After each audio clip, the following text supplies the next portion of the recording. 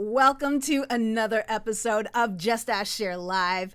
My name is Cher Jones, and for those of you watching for the very first time, hopefully on Instagram, welcome to the show. For those of you, my OGs on LinkedIn, hello, and you guys know what I'm looking for right now, my timer. And we'll get that together. So for those of you who have never watched the show over on Facebook, welcome. And in today's show, do you know what we're talking about? Because the graphic that I wanted to show you, I didn't get that ready on time, and I hit that go live button so quick because I'm incredibly excited about testing new tech. And so I don't know if it's working, but if it is, fingers crossed, and I'll talk about this tech next week, I am now broadcasting live with my regular show on Instagram Live. This has been a challenge for most people, so I'm figuring that out. And if we have never met, my name is Cher Jones, and I am a corporate social media trainer, and I help professionals develop a powerful personal brand online, as well as teach them how to use social media so that they can use social at work for work. I know, it's a thing. And in today's show, we're talking about niching down your brand. And this is a scary thing for a lot of people who have not quite wanted to associate their brand with a specialty. So before I even do that, look at me. Just forgetting about my timer like it doesn't exist. Well, there we go. 35 minutes left. And that's what we're talking about tonight. So one of the things that I wanted to ask you guys before we go even any further, are you team live or team replay? Let me know in the comments below. I'm going to now check to make sure I am live and broadcasting on LinkedIn and everywhere else, because that always stresses me out. So in the meantime, guys, let me know in the comments, and we'll go from there. Let's see. Yes, I see some action going on there. So the question is, team live or team replay? And in addition to talking about niching, I have found an incredible scroll stopper that I think is one of the most easiest things to do ever. And it provides so much value no matter what network you're on. And of course, my Tap That app this week. If you are thinking about podcasting, this is one site that I want you guys to check out. I've tested it a few times and I'm pretty impressed. So especially if you care about sound, and especially if you are already thinking, I'm going to bring my podcast to the next level. So stay tuned. But in the meantime, let me jump into the comments right now to see what is going on. In the comments, Harpreet says, "Aw, Cher, hey guys." And Whitney, Althea, Kioma, Karen, Paul, Anne, all y'all team livers, love it. Jacel, Chad, Lolita, Fianna, oh my gosh, thank you guys. Bertina, of course, Michelle, Denzel, Bonnie, Henry, Megan from Team Australia. I love it. You know how it's early in the morning in Australia. It is 8:09 a.m. in Australia the next day. And she's checking me out in the future, which is awesome. And Sharon, catching me everywhere. She's on YouTube. So all my YouTubers, I love it as well. Okay, now the question still remains. This is the question at large right now. Am I broadcasting live on Instagram? I don't think so. Yes, I am. It's working. How cool is that? So the question is, how do I, can't be shared. Well, we're seeing, no, still some issues, but that's okay. That's okay. It's all about testing the tech. See, I'm not even recommending the tech because I don't know if it works yet. So we'll figure that out. But in the meantime, let's get to the show because there's so much to talk about today. And niche yourself or not. That's what we're going to be talking about. And that is, like I said early on in the show, this is one of the biggest challenges that anybody I work with when we're developing your brands, all entrepreneurs and professionals who really want to be known for something in their industry struggle at first with. I struggled with niching for years. It hurt. That was like the sage advice I was given. You have to niche down, depending on what you want to call it. You got to do it, or so they say. I'm still on the fence about it. I'm not saying that niching isn't powerful. And I'm not saying you won't eventually get there, but sometimes you're just not there yet. And I will explain. But let me share some of the thoughts that I think are incredibly important when it comes to developing a niche for your brand. Because here's what we do know. When people know you for something specific, it makes it very easy to think about you. So for me, most people know me as a corporate social media trainer, and I specialize in the personal brand for business. So it's very specific in where I work. And I want people to always remember me for that. So when the conversation of training comes up, who are you thinking about? I'm just saying. Because especially right now, as our digital presence matters more than ever before, I need to be remembered in those conversations where they're trying to help teams show up better online and use social media for work at work. So that is magical, because when people remember what it is you do exactly, it really helps them talk about you. So my question for you is, have you had trouble picking or sticking to a niche for your brand? Yes or no? I want to see this in the comments. Let me know. And let's jump in there, because I'm so curious, because I know that this is a really hard thing to do. Because it's like, if I niche and I tell people I specialize in this, what if somebody else wants to work with me or hire me for this type of team or this type of job or this type of industry? Am I shooting myself in the foot? And sometimes the answer is yes. So I'm going to check right now to see what you guys are saying. And in the comments, let me jump live into that. What happened to my comments? I don't know, Althea. I hope you can find it. And yes, says Whitney. Amazing as usual. Love the layout too. Oh, thank you so much.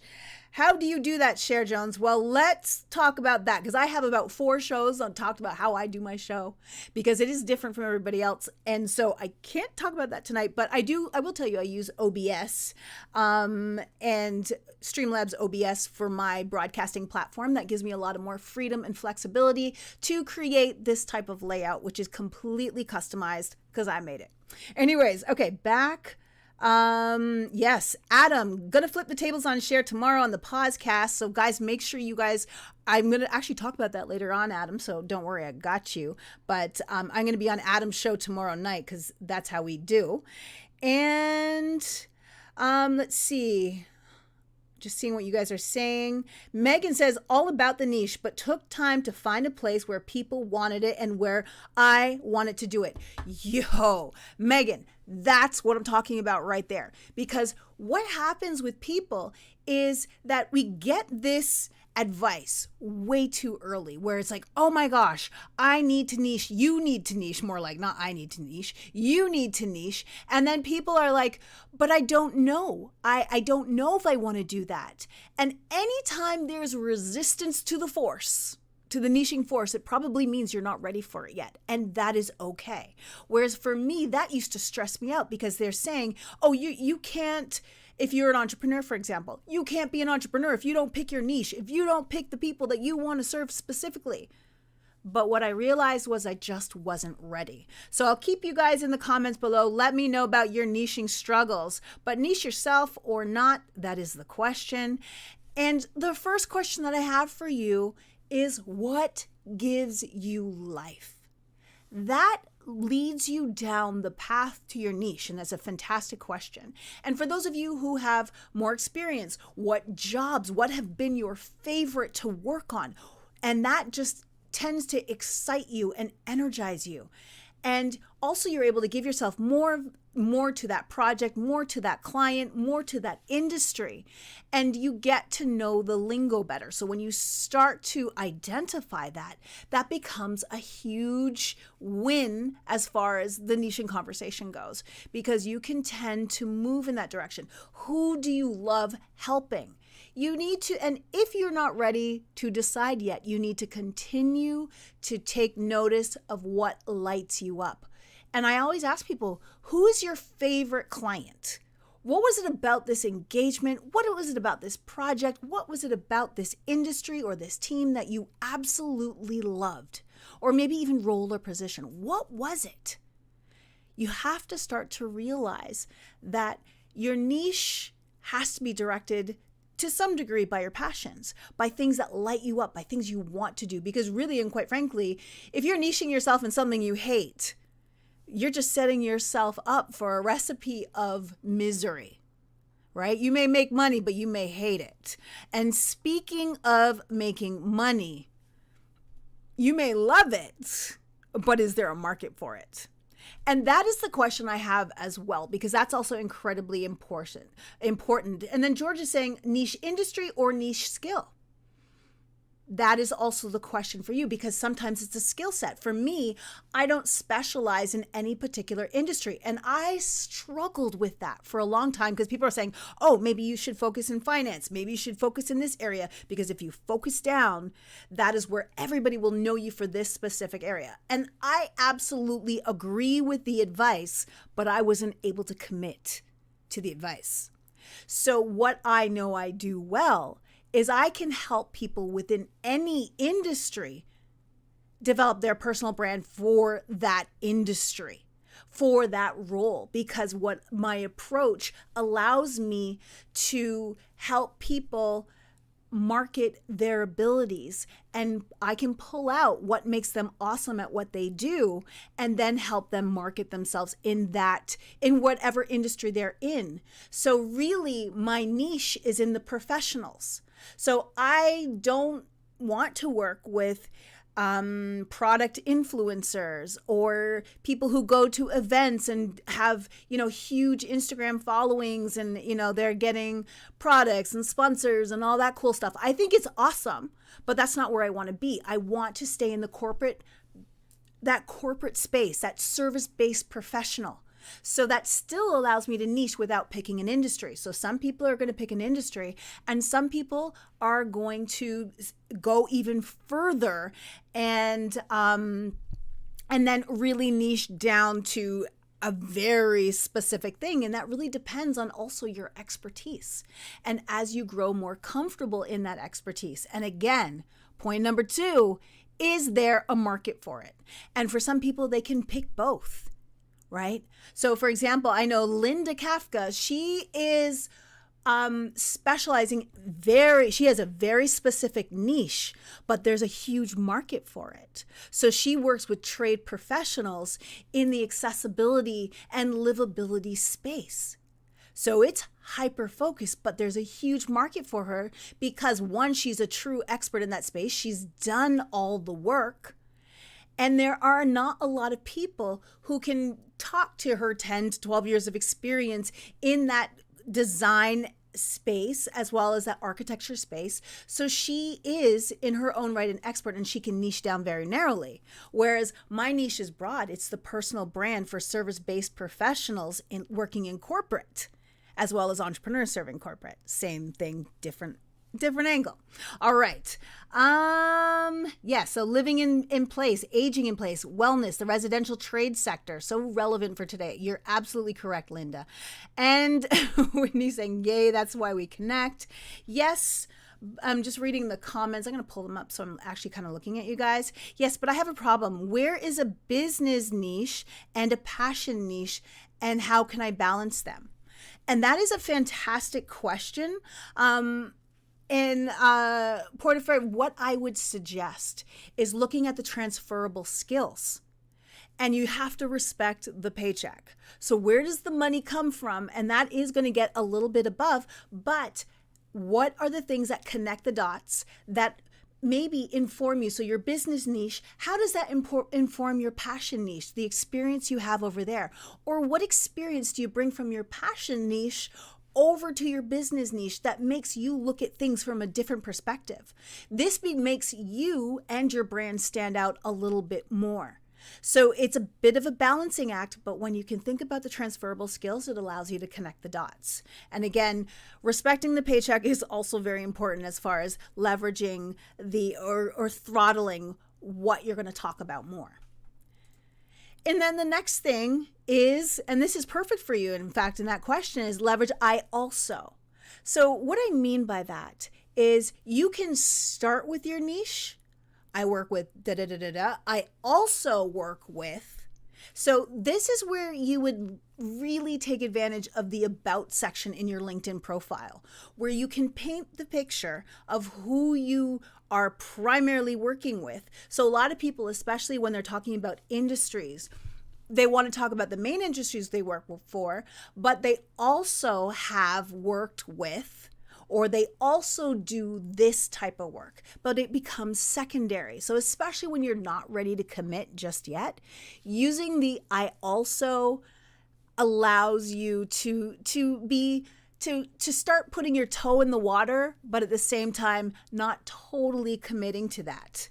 And George says, you are spot on. Let your passion define your niche and client. Yes. Perfect. So let's see what else I have for you, because I do have another point. In fact, I have 6 in total. And let me just jump in to see what you guys are saying. Linda says, great advice, staying in your lane. Yes, that's important when you get to your lane. But for a lot of you, you still need to figure out your lane. And when you have trouble not picking a lane, it's probably because you don't have enough experience. And this is something that I am starting to recommend to a lot of people who are dipping their toe in the niching water. So if you are not ready to really put your brand out there, you can leverage the I also. So you can start to talk about it. You can start to bring it front and center. You can start to throttle your content a little bit.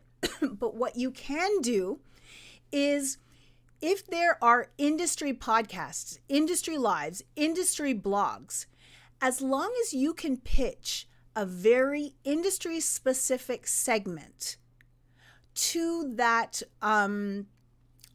platform, to that host, and say, here's how I can help your audience, and with very relevant niche specific advice. Now what you can do is, rather than pitching yourself and positioning yourself on your platform just yet, you can start to do it on other people's platforms to not only test the market, test the water, test to see how you work within those industries, to have those conversations. And then on top of that, you can take those clips and share it in your content. So this is a great way to test the waters, and you're on this show talking about this specific to those people, and people can connect the dots. But then it allows you to start testing the niching waters elsewhere. I really like that one, by the way. Like, I think it is a solid strategy especially if you're on the niching fence. So let me see what you all have to say about that. And let me see if I'm still connected. I know what I use has been having issues today, guys. So I'm hoping you guys are still there. And it looks like yes. So let me see if there's anything else there. Okay, perfect. Let me jump in. So guest niching on shows. Tell me what you guys think of that. I think it's pretty dope.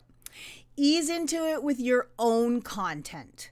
So this is where you can start to throttle your content. You can say, out of the next 10 posts, 2 will be about this niche, and very specific about this niche or niche, depending on how you say it.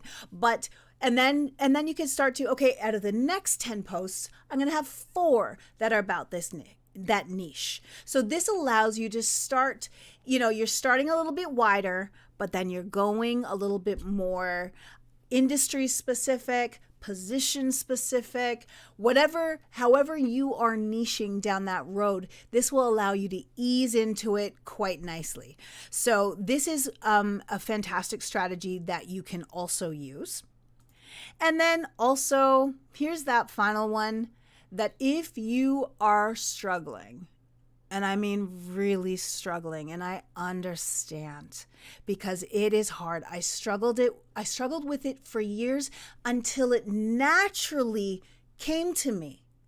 Because what happens is, the more you say yes to things currently, is the sooner you're going to know what you're going to say to no to in the future. So especially if you're earlier out in trying to decide your niche and you're really having trouble with it yet, it's probably because you don't have enough experience to niche down. So say yes to everything. There are things that I thought I wanted to do when I first went out on my own in 2013. And they were incredible contracts. I was excited about them with major brand names, household names. And when I did the work, I was like, OMG, I am never doing that work again. I can't stand it. I'm not going to do it anymore. So those are the things that we have to recognize as the fact that if you are having trouble right now saying no to things, it's probably because you haven't done it yet. But the more you do, the more you'll figure out what you love and what you hate. And then you will continue to niche in as you try more things. And you don't know until you know. I thought I wanted to be a copywriter at one point. I consider myself a pretty decent writer. And when I started doing it while I write my own copy, I would never do it for anybody else. So the more you do things, the more you experience, the more you're like, yay, I love this. More of this, please. Or no, I'm never doing that again. And the more experience you have, the easier it is, the natural your niche will become. It just comes to you naturally because you just start saying no to things. And that's truly when you're sliding into your niche, is when you're able to say no to things. So recognize, which brings us right back to point number 1. Recognize what is giving you life. What are you so excited about doing when you work in this particular team or with this particular client or on this particular project? Why are you so excited about it? If you could do more of it, would you? If that's the answer, and if there is a market for it, go do it. But if you're still a little bit shy on really putting yourself out there, you do it a little bit, but then you also say, I also, to give you that a little bit more of just a little bit more leeway as you figure out your yeses and your nos, right? And then, again, that guesting on shows, being a guest on somebody else's show is probably one of the most powerful tips, where it's like you get on those niche shows, you talk about it, and then you can remix that content. Talked about remixing content 2 weeks ago, and create smaller snippets so people can see that niche. But yet, at the same time, it just gives you a little bit more flexibility that you're not committing to it in your copy yet, but yet still people are able to see it from an industry perspective. All right. So, what else? Yes, ease into it with your own content. So I talked about throttling it. So out of your next 10 posts, you can say, okay, 2 are going to be about this niche. And then when you cycle around to your next 10, 4 out of the 10 are going to be about this specific niche. And then you can test it. That allows you to test if there's a market for it. And like I said, the more experience you get, the easier it will be for you to niche down. So I hope that this really helped you guys think about your niche, thinking about how, if you are having trouble with your niche, this is what I'm talking about. This is what's going to help you. And this gives you a lot of freedom and flexibility. And I bet you a lot of advice that you haven't heard before, because I wanted to bring something new for you all. So hope you liked it. Let me know. Give me a little love. Give me a little claps. Give me some ideas. Whatever you feel. I want to see your feel. I want you to emote for me with your emojis. And all those watching on Facebook, I will jump into the comments after, I promise. And also on Twitter. Love you guys. Thank you so much for sharing. And I'm going to jump into the comments over here right now. And Bonnie says, and don't be too hard on yourself. Give yourself kudos for taking the leap. That's what I'm talking about. It comes over time. And the fact that you're testing it out is great, because again, it informs your future niche of what you will and what you won't do. And let's see. Janice says, once I stopped running from what came naturally, sticking to my niche was easy. Now I write, coach, and podcast about it. See, that's what I'm talking about, Janice, right there. Sometimes we run from it because we're scared of it. We're scared of the commitment, or we're scared of, you know what, I think there's something better. But then when you accept it and adopt it and you rock it and have, develop content and thought leadership about it, now people really know you for it because your passion comes through, right? And oh, Donovan says, I am on fire tonight. I'm telling you, I've been talking about this niching episode forever, so it's so nice to have it. And Kioma says her niche is sustainable development. And Troy wants to know, what are you using to stream to 3 different social media platforms? I use Restream.io. Again, if you go on my YouTube channel, you will see a playlist that talks all about my live streaming. Maybe I'll have to do a new live streaming show coming up. We'll see. And Nicole says, scared of the commitment that's big. And it's so true. And it's so normal. And I want you to recognize that as well. And let's see what else I see here. Commitment is a major factor and the ability to understand. That's what Gideon says. And Lakeisha says, accept it, adopt it, rock it. That's what I'm talking about right there. I love it. Oh my gosh, yes, this is magic. Yes, I use magic to stream. I agree. OMG, guys, I'm loving this. And let me see if I missed anything else. Okay. Yes. All right.